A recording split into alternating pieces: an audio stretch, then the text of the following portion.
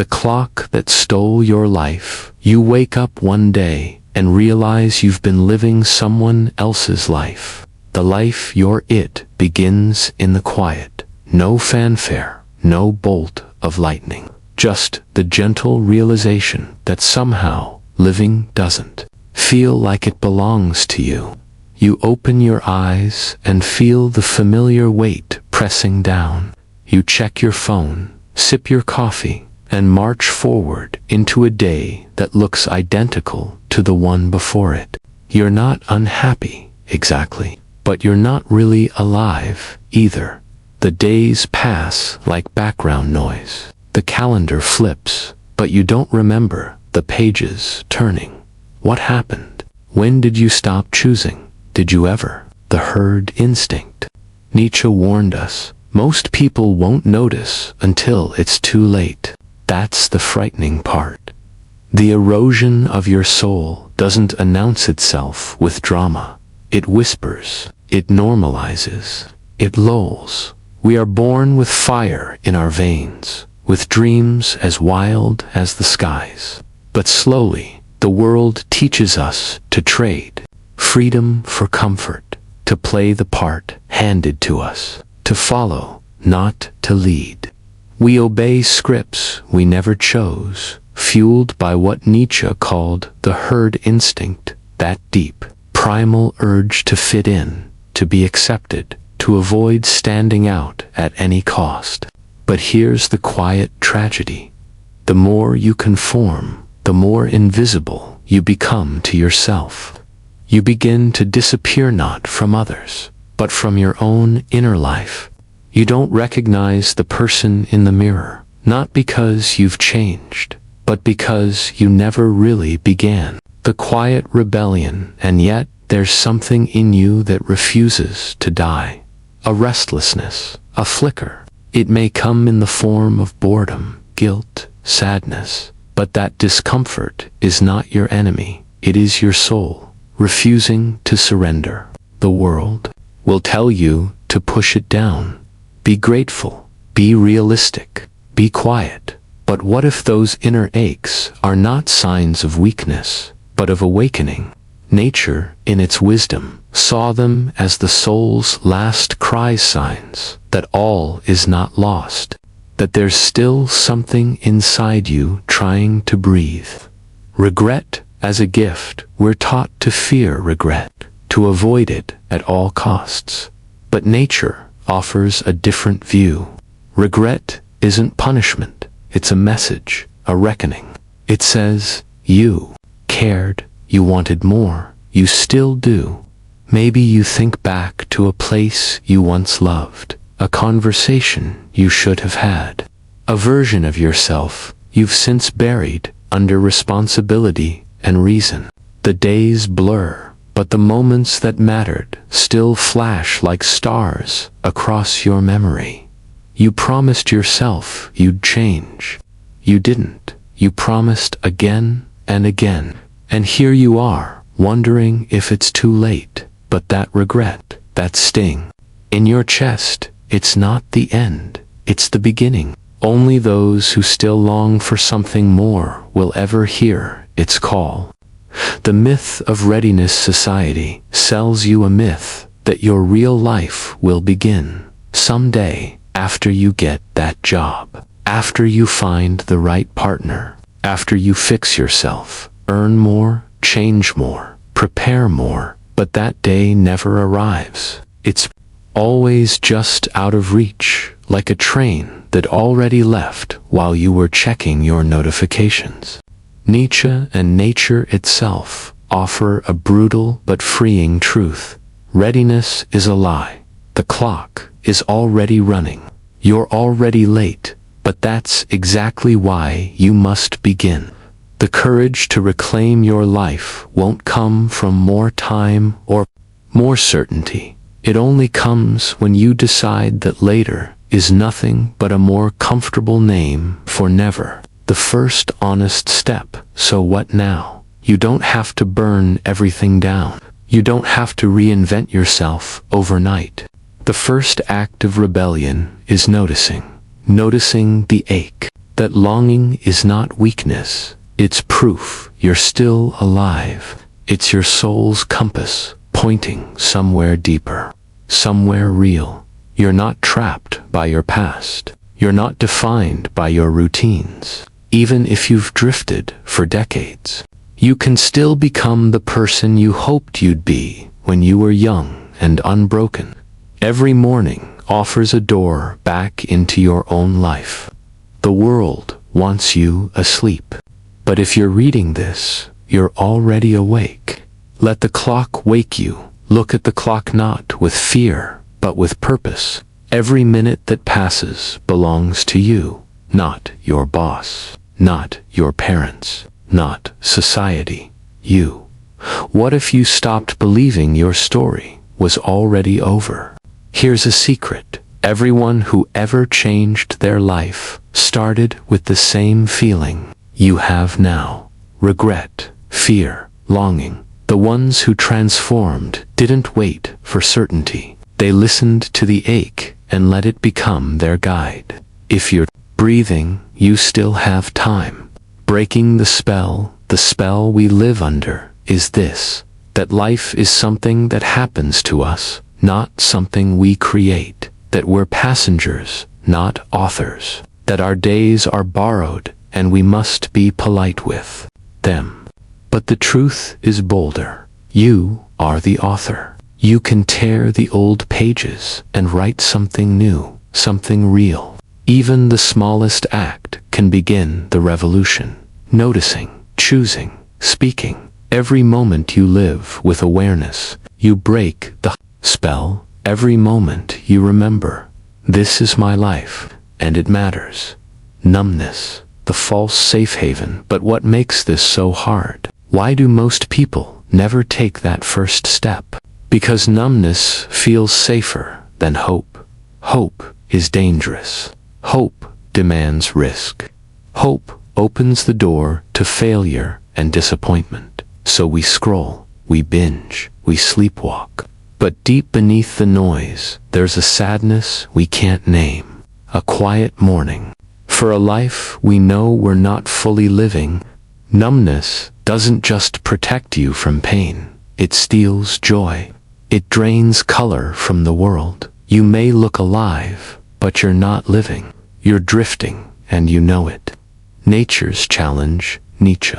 And nature itself offered a challenge most of us are too afraid to take. Don't wait for permission. Don't wait to be ready. Don't numb yourself just because feeling is hard. Instead, begin. Begin wherever you are. Begin with whatever breath you have left. Begin with one choice that moves you closer to the life you hunger for. The discomfort you feel, that's not failure. It's your soul waking up. You are not dead yet, and that changes everything. The art of becoming. You do not become yourself by accident. You choose, you shape, you stumble, you rise.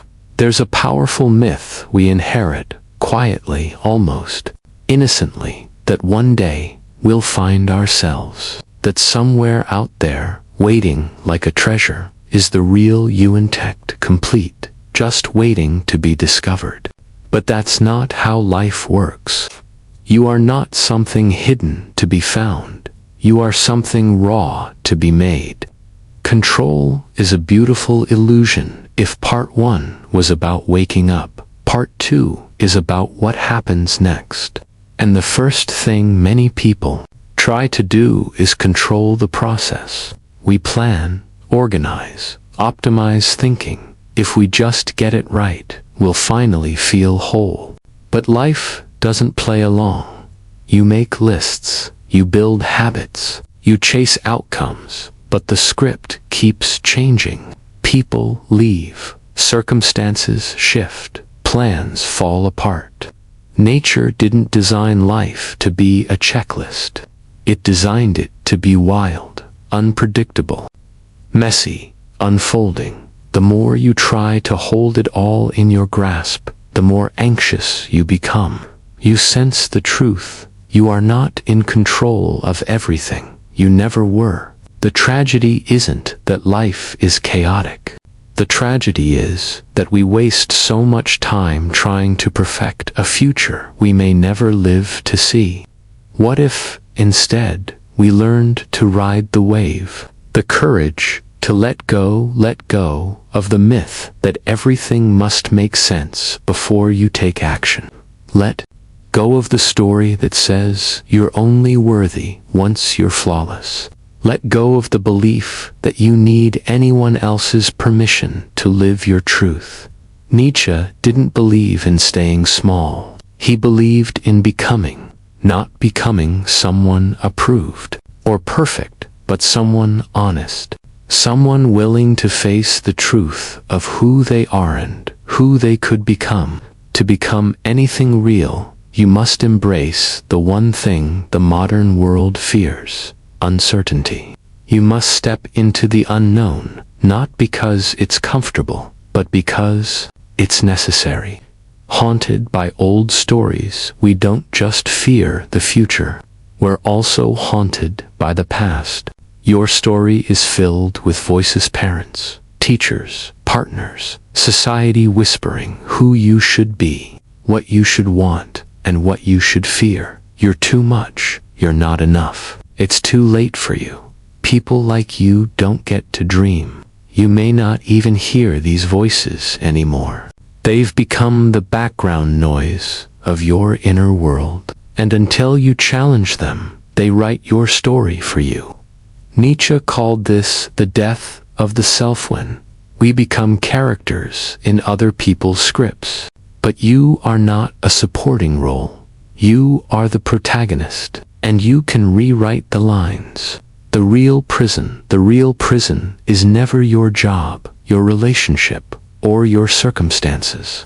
It's the belief that you cannot change. The bars are made of shame. The guards are fear. The key is choice.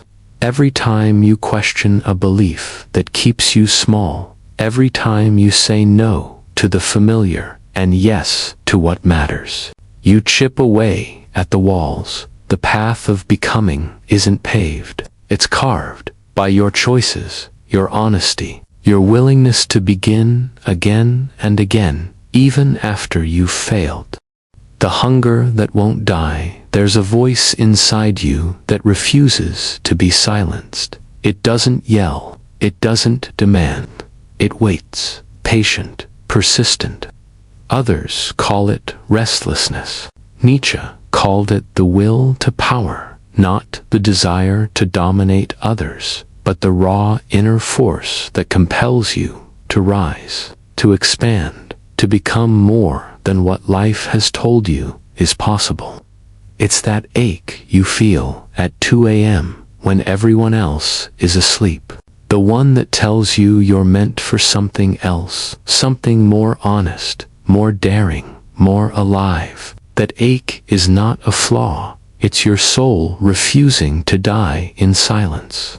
Restlessness is not a problem, it's a map. Most people fear their restlessness. They numb it, judge it, distract from it. But nature saw it differently. Nature saw restlessness as the compass pointing toward the life you haven't yet dared to live.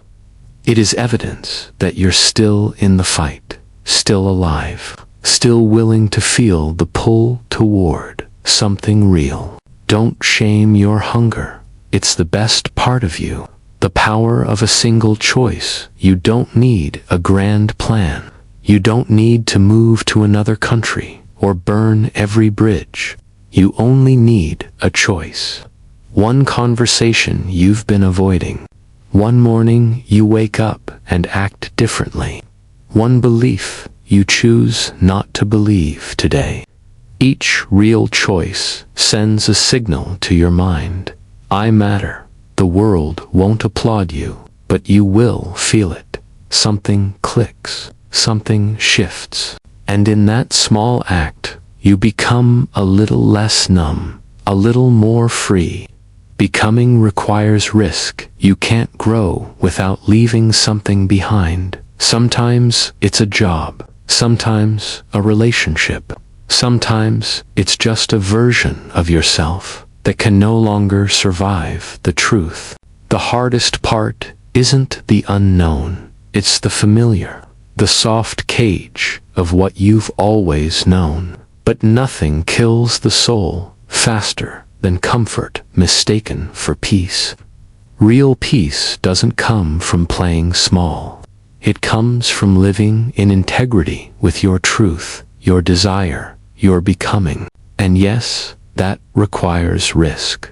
But so does staying the same. The mirror tells the truth. Stand in front of a mirror, not just physically, metaphorically. What story are you telling with the way you live your days? What do your eyes say about how much of your own life you've claimed? The mirror doesn't lie, but it doesn't condemn either. It simply reflects. You can choose to see only the years you've lost, or you can look deeper and see the years that are still waiting to be claimed. Regret is not proof you've failed. It's proof you're still capable of hope. Let that move you. The myth of too late. We love to believe it's too late. It protects us from having to try. But here's the truth. The moment you realize you've been drifting is the moment you've already begun to wake up. Most people stay asleep their whole lives. If you're even asking these questions, you're already in the rare minority. You don't need a perfect past to create a meaningful future. You need this moment, this breath, this choice. Even one honest day can outshine a decade of sleepwalking. Mortality makes it real. Nietzsche didn't fear death. He saw it as the ultimate motivator.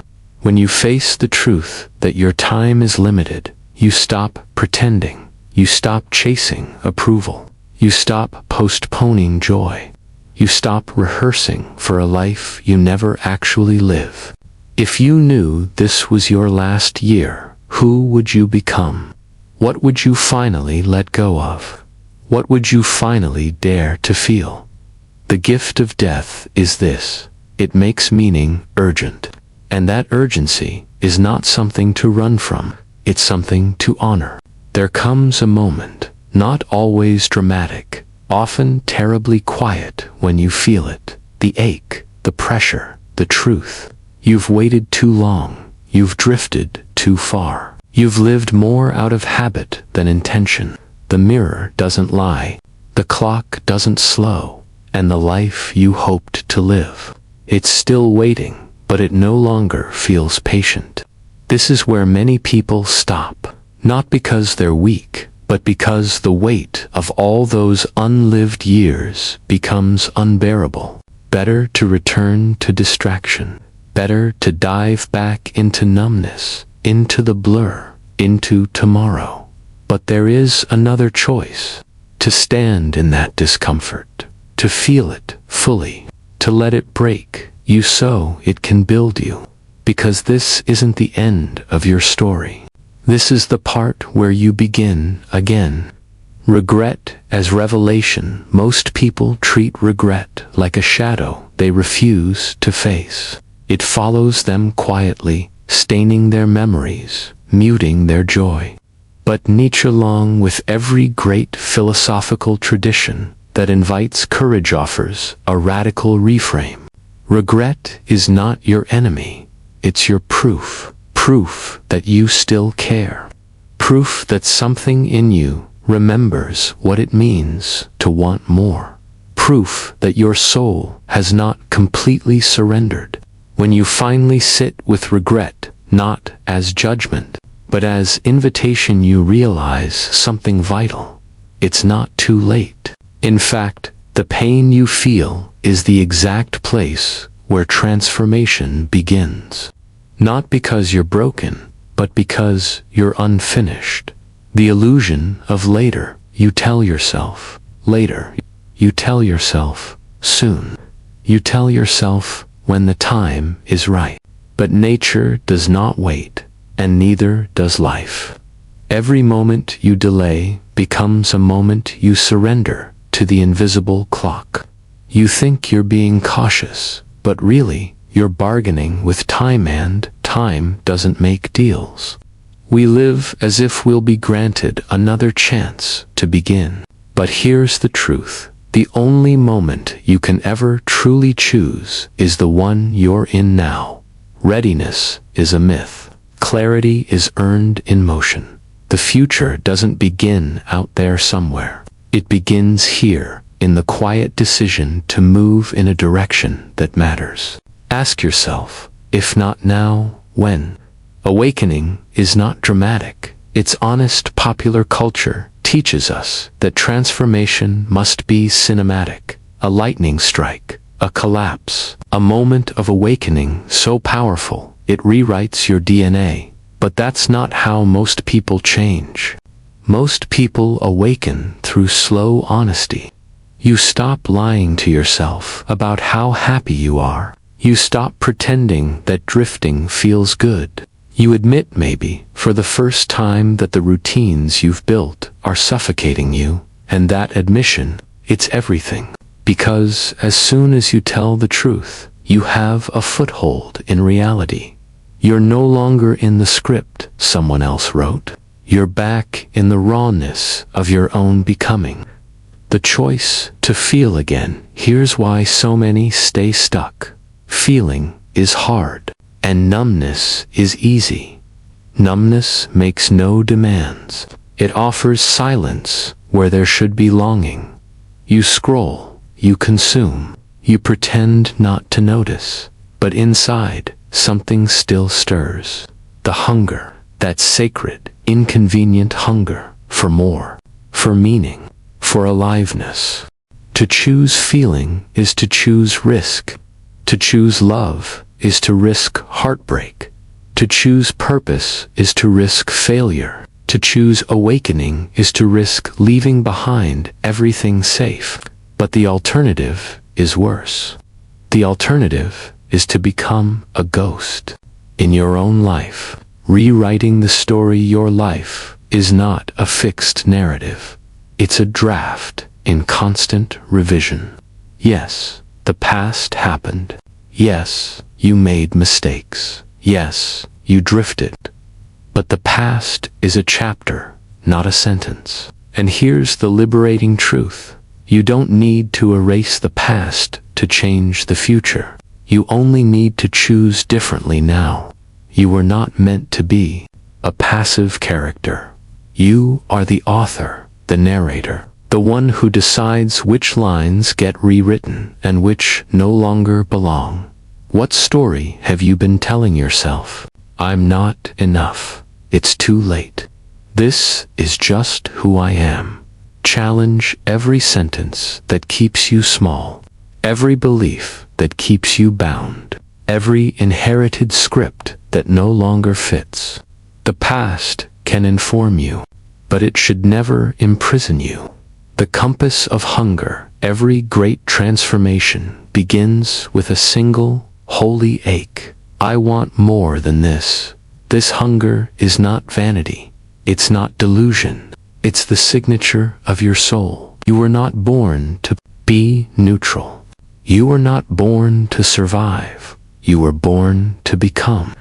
That hunger, you feel, it's your compass.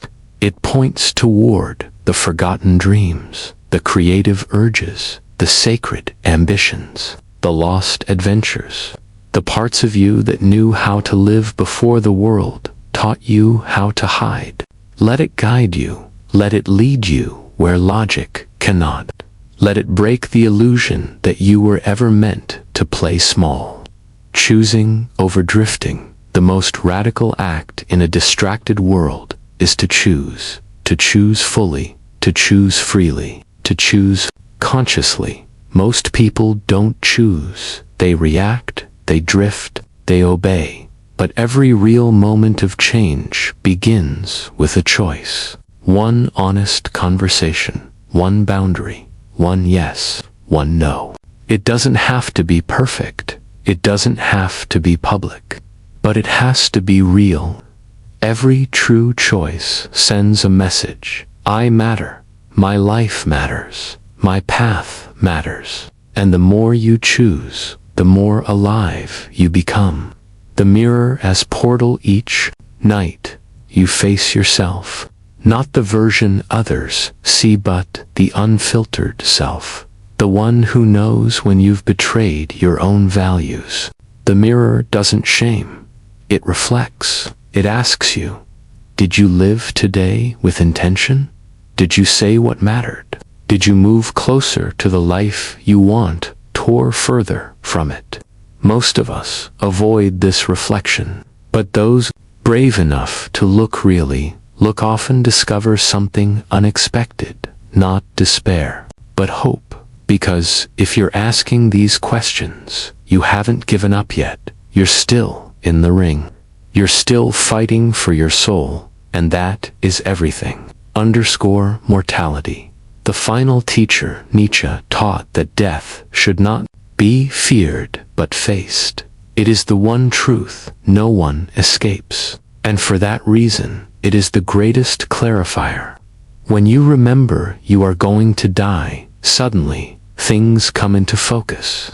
You realize that every delay is a theft, that every ignored dream is an insult to your breath, that every moment spent sleepwalking is a moment you will never get back.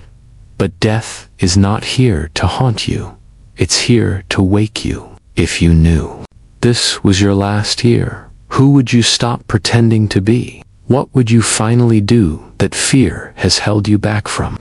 You don't have to live in panic. You only have to live in truth. Becoming as a daily act, the world says. Find yourself. But nature says, create yourself. You are not fixed. You are in motion. Every decision you make today sculpts the person you will be tomorrow. Even the small ones, getting up when you'd rather stay in bed, saying no when you're expected to say yes, returning to your art after years of silence, allowing yourself to dream again. Each of these is a brick in the foundation of your new self. You're not waiting to become someone else. You're becoming you, layer by layer, day by day. The unknown is where you grow. Here is the paradox. You will never grow where you feel safest. The routines that shield you from pain also shield you from joy. The relationships that ask you to shrink are not sacred, they're prisons. The paths that promise certainty never offer growth. To become more, you must risk more. You must step into the unknown. You must face misunderstanding. You must leave behind what no longer fits. Nature doesn't evolve by playing it safe. Neither should you. Let discomfort be your guide. It always points toward the next chapter. The eternal return. Nietzsche proposed a haunting challenge. What if you had to live your life over and over again, exactly the same, for eternity? Would you celebrate your choices, or would the repetition feel like a curse? This idea, the eternal return, is not meant to terrify you, it's meant to wake you. It's a call to live now in a way that you wouldn't regret repeating. If today were a loop, would you change anything? And if so, why wait? The first small explosion. Every transformation starts with one spark. Not a speech, not a manifesto, just one honest act. It could be silence, it could be laughter, it could be finally telling the truth about what you want. The world doesn't need more perfect people, it needs more real ones. So stop polishing the image, stop performing. Stop negotiating your aliveness for approval. Begin anywhere, clumsily, if you must. But begin. The invitation is now. You are not broken. You are being called. Called to live. Called to feel. Called to become. This isn't about fixing your life. It's about finally living it. You're not behind. You're not late. You're right on time, because now is the only time you ever had. So ask yourself, what have I postponed that I can no longer deny? What does my hunger want me to remember? What step, no matter how small, will honor my truth today? The final truth, your story is not over. Not if you're still breathing. Not if you still feel the hunger. Not if the mirror still matters. You don't need a plan. You don't need permission. You need one act of courage, one moment of honesty, one refusal to sleepwalk any longer. Let your regret become resolve. Let your fear become fire. Let your longing become movement. There is still time. The door is still open, and the next chapter begins the moment you choose to walk through it.